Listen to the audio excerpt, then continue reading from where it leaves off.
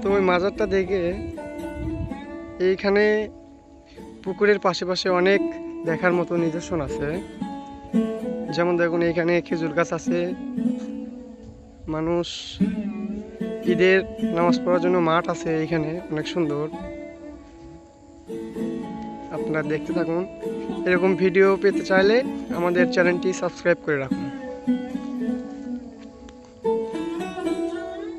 অনেক সুন্দর সুন্দর নিদর্শন, অনেক পুরনো হবে এগুলো মাঠ, আপনারা দেখতেই পাচ্ছেন। মাঠের এইখানে হুজুর বসে থেকে বক্তব্য দেয়।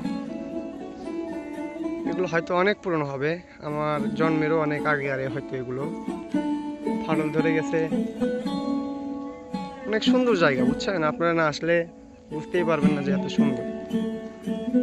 আপনাদের ঘুরিয়ে দেখা একবার।